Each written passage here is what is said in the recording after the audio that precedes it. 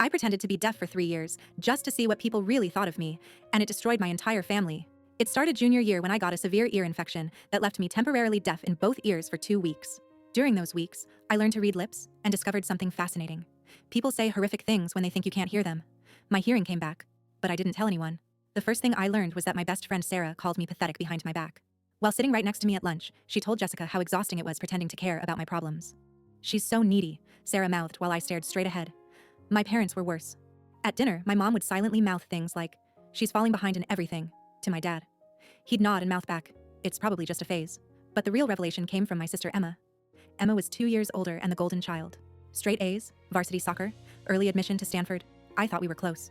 I was wrong. One night, Emma brought her boyfriend over to study. I was in the living room, supposedly doing homework.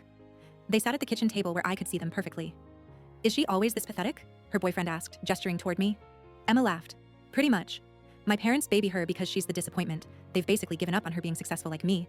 Doesn't that bother you? Are you kidding? It makes my life easier. They expect nothing from her, everything from me."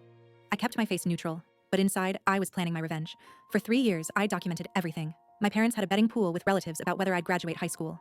My guidance counselor told colleagues I was a lost cause. Even my grandmother told my mom she was embarrassed to introduce me to her bridge club. The breaking point came at Emma's graduation party. The whole extended family was there celebrating her acceptance to medical school. I sat in the corner playing the part of the disabled sister. That's when I overheard my parents talking to my uncle. "We're honestly relieved," my dad said. "At least one of our kids turned out normal. We can focus our college fund entirely on Emma's medical school now." My mom nodded.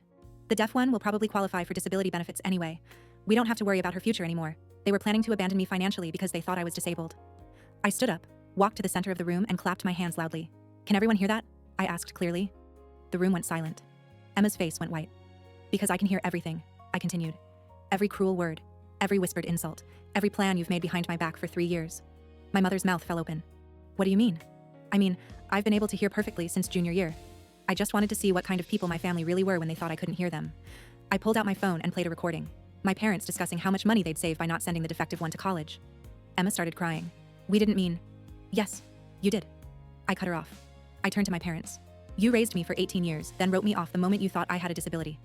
I picked up my graduation gift, a cheap bracelet they'd clearly grabbed last minute, and handed it back to my mom. "Keep this. You'll need to save money now that you only have one daughter." I walked out and never went back. 5 years later, I'm finishing my master's degree in psychology. Emma dropped out of medical school after 2 years. Turns out she couldn't handle pressure without her parents doing everything for her. They've tried reaching out, claiming they misunderstood what I heard, but I have 3 years of recordings that say otherwise. Sometimes people ask if I regret the deception. The answer is simple. I regret that it was necessary, but I learned the most valuable lesson of my life. When people show you who they really are, believe them, even when they think you can't hear them.